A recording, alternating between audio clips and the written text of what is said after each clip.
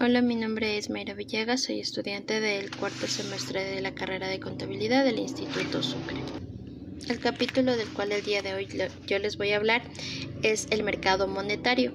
El mercado monetario tenemos la oferta de dinero, que es también conocida como la oferta monetaria, la cantidad de dinero que ponen a disposición del público el conjunto de entidades bancarias y no bancarias, como personas particulares, a una cierta tasa de interés por un tiempo determinado.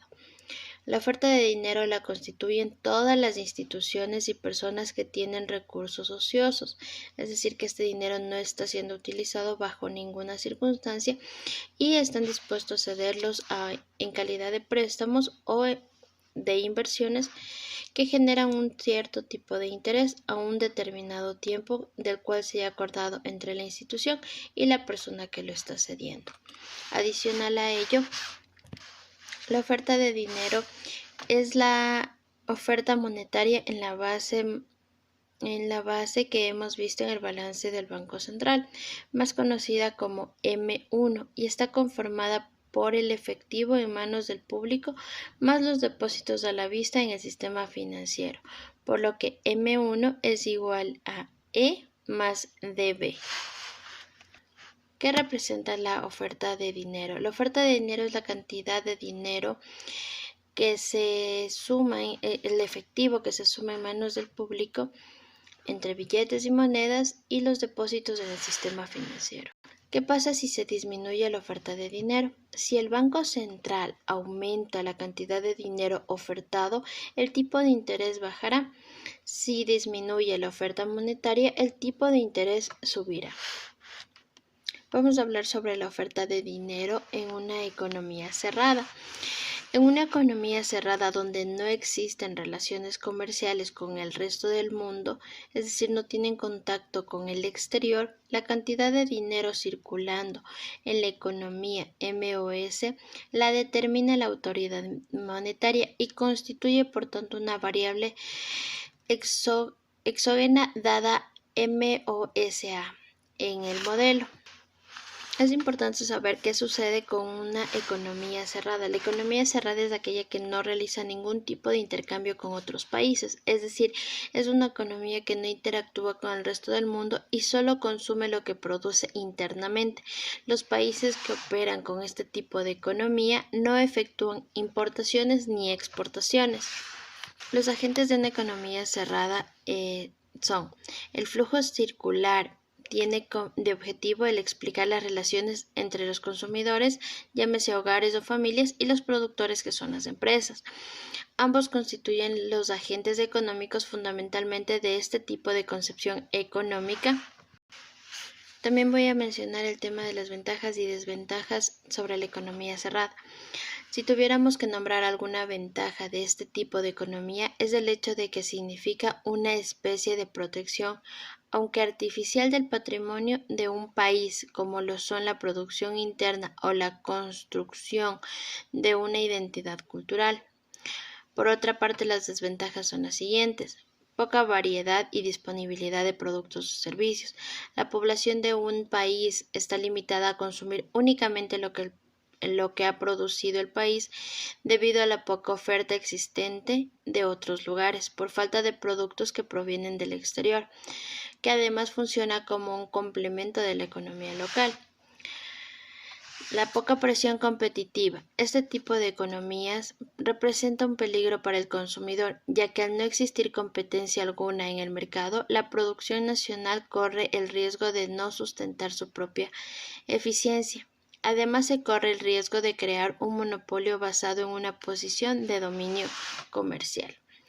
La limitación de la inversión. Al cerrar la posibilidad de invertir en los productos o recursos externos, se ve perjudicada la capacidad de crecimiento de un país. También, bajo el acceso a nuevas tecnologías e ideas, el crecimiento del país se ve afectado por la clausura al acceso a nuevas herramientas tecnológicas y a nuevos aportes que fomenten su crecimiento. En una economía abierta, que es una de las economías de la masa monetaria que se ve reforzada por la captación de divisas si las exportaciones superan a las importaciones y si la tasa de interés vigente en el mercado nacional permite atraer capitales del exterior. La oferta monetaria entonces tiene como componentes la oferta autónoma de dinero que el gobierno pone a disposición del público a través del Banco Central, el saldo de la balanza comercial con el resto del mundo, el movimiento de capitales. La oferta monetaria autónoma MOSA es la cantidad de dinero que la autoridad monetaria pone a disposición del público para facilitar las operaciones de compra y venta de bienes y servicios. ¿Cómo funciona la economía abierta? La demanda agregada de una economía abierta se compone de la demanda de consumo, la demanda de inversión, el gasto del gobierno y las exportaciones netas, las cuales se definen como las exportaciones menos las importaciones. Presente que se hará más atractivo y las personas en respuesta de esto consumen menos. La oferta agregada es la cantidad total de bienes y servicios producidos y vendidos por las empresas. Esto es, el PIB real. La demanda agregada es el monto del gasto total de una economía en bienes y servicios y producidos. Es importante tener conocimiento cuál es la diferencia entre una economía abierta y una cerrada. En lo que respecta a la economía, hay dos nominaciones básicas a estudiar sobre la importancia de las exportaciones para la economía de una nación y el bienestar de sus habitantes. Esto también incluye qué tan abierto es un país a sostener un tipo de economía que reciba productos exportados. Y teniendo en cuenta esta condición, nos podemos encontrar frente a una economía abierta o a una economía cerrada. Cuando hablamos de una economía abierta, hacemos referencia a aquel tipo de economía que permite a su nación comercializar bienes, además de mantener una actitud receptiva ante las exportaciones, no solo para el consumo, sino también como recurso apto para el trabajo y de esta manera aumentar los ingresos. En cambio, si hablamos de la economía cerrada, esta permite que los consumidores solo puedan acceder a la producción y servicios que se brindan de manera interna, por lo que no se lleva a cabo ningún tipo de intercambio con otros países. En este tipo de economías, el abastecimiento de las necesidades de las personas se dan sin la necesidad de recurrir a bienes que vienen del exterior. A su vez, las economías cerradas se las conoce como autarquías. En la actualidad es muy extraño que una economía sea enteramente abierta o cerrada, ya que en la práctica todas cuentan con un porcentaje de apertura. El impacto de la globalización que ha permitido que todas las naciones recurran al intercambio comercial como una herramienta que fomente el bienestar social y económico del mismo. Sin embargo, la elección por una economía abierta o cerrada va a depender de las políticas y lineamientos económicos, además de los acuerdos comerciales entre naciones. Podemos también mencionar los componentes de una economía cerrada. Es un tipo de economía el cual el flujo externo es igual a cero, por lo que se compone de ciertas identidades. Consumo privado más inversión interna más gasto público nos da como resultado el PIB, Producto Bruto Interno. La demanda de dinero. La demanda de dinero la constituyen todas las personas e instituciones que requieren dinero para efectuar sus distintas transacciones, sea en la compra de bienes de consumo o sea en la compra de bienes de inversión. La ciencia de la economía ha tratado de explicar la cantidad de dinero que requiere la gente para efectuar sus distintas transacciones, dados los niveles de producción, frecuencia y regularidad de los ingresos que perciben los individuos. Facilidades para invertir, difusión del trueque, la longitud de las cadenas productivas, el valor de las transacciones en la compra de activos que demandan la utilización de grandes cantidades de dinero, como edificios y ciertos equipos sofisticados, y la necesidad de precaución que la gente tiene. Una de las explicaciones pre-keynesiana de la demanda de dinero. Los economistas pre-keynesianos en general suponían que los individuos no desean el dinero de por sí, sino solamente por ser un medio conveniente de cambio que facilita las transacciones. Sobre esta base suponían que los individuos guardarán por conveniencia una cierta cantidad de saldos en dinero para usarlo desde que reciben sus ingresos por un periodo hasta que reciben los del periodo siguiente. Se creía que los individuos tratarían de minimizar esta cantidad, porque el dinero no tiene utilidad inherente y no produce ingresos. Si se asume que la demanda de dinero de los individuos era principalmente y solo para las transacciones, que la autoridad monetaria debería responder a esa demanda poniendo a disposición del público la cuantía del dinero demandado. La ecuación del comportamiento de la demanda de dinero estaba dada porque la oferta y la demanda de dinero tienen que ser iguales. El propósito inicial de la teoría cuantitativa fue encontrar una forma para expresar el nivel absoluto de los precios. Así, las dos ecuaciones anteriores permitirían explicar el nivel general de los precios en términos de la cantidad de dinero y del volumen de las transacciones. Por ejemplo, si son constantes K o V y TR, un cambio en la masa monetaria MO ocasionaría necesariamente un cambio correspondiente en el nivel de precios. La demanda de dinero de la economía en su conjunto no es más que la suma de las demandas de dinero de todos sus miembros.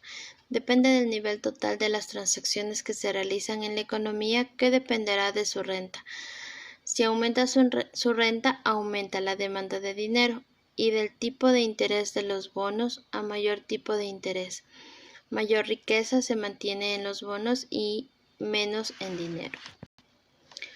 La oferta de dinero.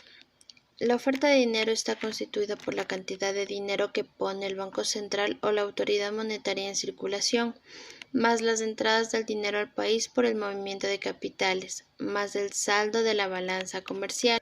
Un déficit en la balanza comercial significa que se está utilizando moneda nacional para comprar moneda extranjera y pagar las importaciones que no son cubiertas por las exportaciones, disminuyendo la masa de la moneda nacional para transacciones dentro del país. ¿Qué causa el déficit comercial? Es considerado uno de los indicadores más importantes en relación al comercio exterior y relación económica con el país exterior. En general se produce déficit cuando un país importa mayores bienes y servicios que los que es capaz de vender al exterior, ya que es un ratio que diferencia entre lo vendido y lo comprado. Un movimiento negativo de capitales significa que está saliendo capital del país porque la tasa de interés es tan baja que no es beneficioso mantener depósitos bancarios dentro del país. La masa monetaria disminuye.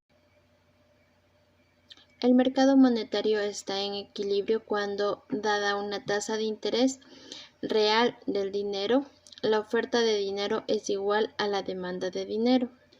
El mercado monetario está en equilibrio cuando, dada una tasa de interés real del dinero, la oferta de dinero es igual a la demanda del dinero. El objetivo de estos mercados es ofrecer títulos y valores con una gran liquidez a cambio de la riqueza de las instituciones financieras públicas y privadas, bancos o cajas de ahorro, entre otras. De esta manera, los mercados monetarios consiguen que estas instituciones adquieran un mayor grado de liquidez y una rentabilidad aceptable. El mercado monetario es el conjunto de mercados donde se intercambian diferentes activos financieros que se producen a corto plazo. Además, en función de los activos negociados, este se divide en activos empresariales, donde se destacan los pagares de una deuda pública, donde se negocia la deuda pública que emite el tesoro de cada país, e interbancarios, donde se realizan operaciones de créditos y préstamos. Pero ¿sabemos en realidad cuáles son las funciones de los mercados de dinero? Dentro de los mercados monetarios se estructuran las políticas monetarias, las cuales son esenciales para poder fomentar la estructura temporal de tipos de intereses, es decir, la representación gráfica sobre la rentabilidad asociada en cada momento del tipo expresada en tipos de intereses.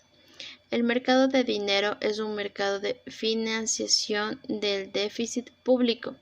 Los agentes económicos se encargan de tomar ciertas decisiones dentro de los mercados monetarios. Las características generales de los mercados monetarios. Las principales características de los mercados de dinero son el riesgo, que es reducido.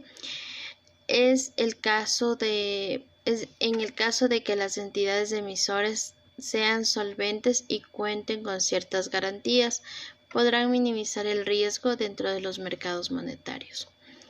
La liquidez es alta. Como el plazo de vencimiento no supera los 18 meses, esto puede permitir canjear de manera rápida los distintos activos financieros. Una mayor flexibilidad. Gracias a la flexibilidad que tienen los mercados de dinero, las entidades pueden invertir en una cartera totalmente diversificada de títulos y valores. La negociación es directa. Todas las entidades negocian sus activos financieros directamente o mediante intermediarios especializados. Mercados seguros para invertir. En ciertas ocasiones podemos llegar a pensar que invertir en un mercado monetario puede ser difícil, no es adecuado para todo el mundo o simplemente es arriesgado. Sin embargo, el objetivo de realizar una inversión en un mercado de dinero es conseguir cierta seguridad y conservar el capital diversificando la inversión y no poniendo en riesgo el dinero.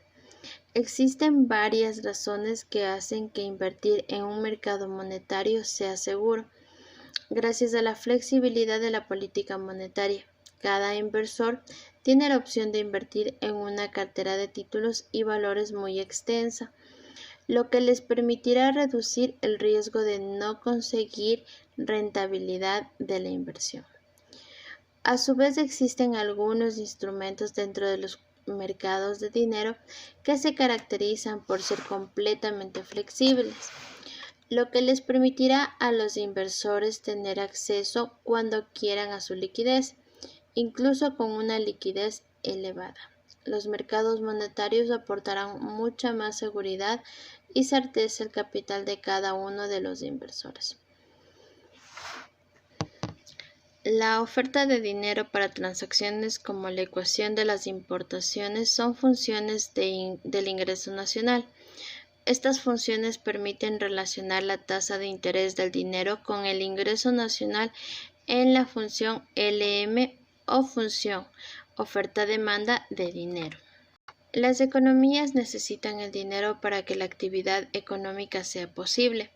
De ahí que los economistas analicen y traten de determinar cuál es la cantidad adecuada de una oferta monetaria que debe tener una economía. Un exceso podría provocar mucha inflación y la escasez pondría en dificultad las transacciones. Dicho con otras palabras, un nivel elevado de la masa monetaria conduce a la depreciación de la moneda con su consecuente elevación de precios de los bienes y servicios. Es decir, según la teoría cuantitativa del dinero, sería fuente de generación de inflación. Esta teoría que sostiene que en la economía existe una fuerte relación entre la cantidad de dinero en circulación, su velocidad el número de transacciones y el nivel de los precios, aunque también existen otros puntos de vista como el de la teoría monetaria moderna. En cuanto a la aplicación de la política monetaria, las autoridades monetarias, a través de la oferta monetaria, tienen el poder de ejercer control sobre la inflación en una economía. Así también es posible, a través de ellas, incidir sobre el consumo interno de la nación. Eso es todo en cuanto yo les puedo indicar sobre el mercado monetario. Muchas gracias por su atención.